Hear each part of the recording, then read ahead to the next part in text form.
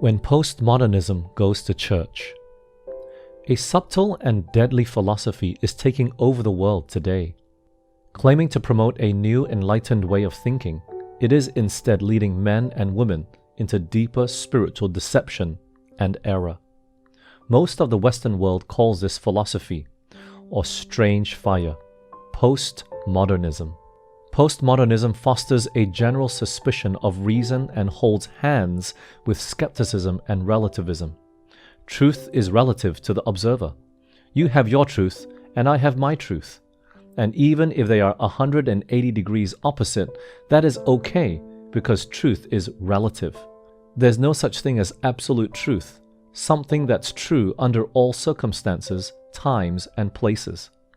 According to postmodern philosophy, truth is also migratory. It changes with time and place.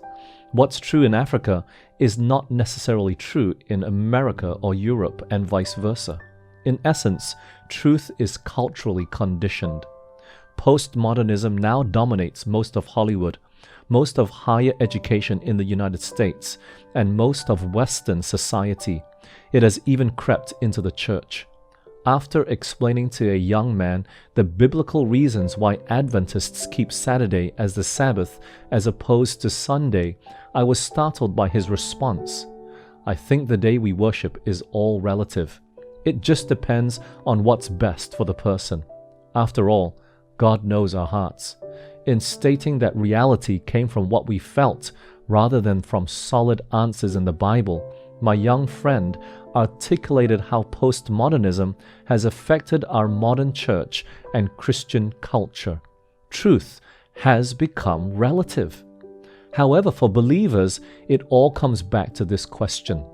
Do we take the Bible as absolute truth and wholly inspired by God as it claims to be?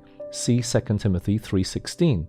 Or do we define truth based on our life, culture, or spiritual preference?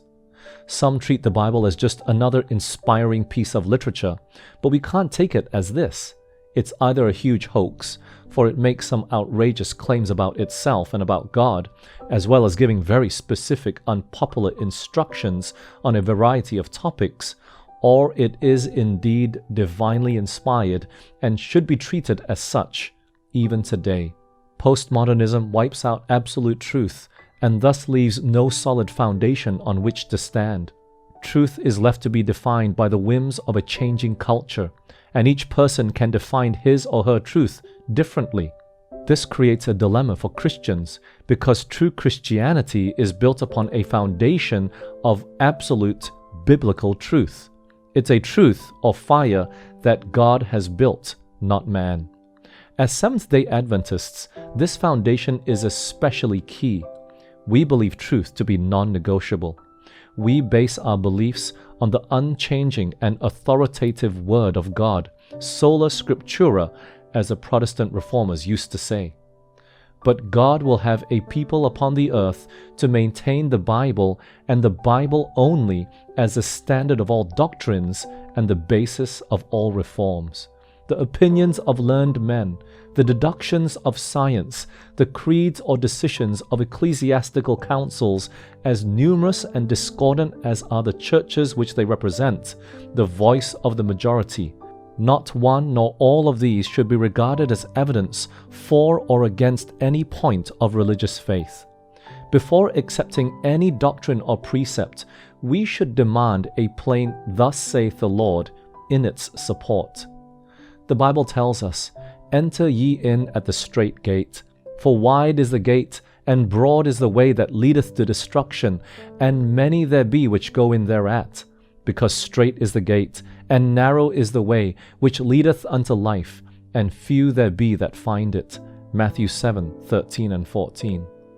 Finding and staying on the narrow way is not easy in today's culture. If we are not students of the Word, we will likely miss this narrow path that leads to heaven. On the other hand, the broad way is not difficult to find. That's why, if we read the Bible correctly, it should cause us concern if we find ourselves on a path that the whole world is following. If everyone is headed one direction, it might be wise to consider if this is truly the way God has indicated we as Christians should go. The broad way can take in everyone, no matter what they do or don't believe. Satan's most subtle tactics are directed at the Christian world. He is especially talented at meeting the felt needs of his Christian subjects wherever they may be. If ever there was a seeker-friendly evangelist, it is he. If people are looking for excitement in religion, he has it. If people are looking for renewal through contemplative, self-focused spirituality, he has it. If people want to bring all their possessions with them on their spiritual journey, they can. The enemy is famous for telling his Christian followers, you don't have to do anything different.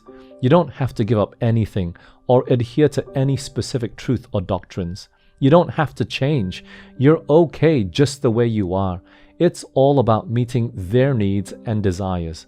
And boy, has he been successful. For the next couple of chapters, I'm going to talk briefly about what counterfeit revival fire might look like, especially as it relates to prayer, and how we can distinguish it from the true. If we are going to stay on the straight and narrow and have success in ministry, understanding these concepts is vital. However, before we move forward and talk about specifics, let us consider a significant vision Ellen White had.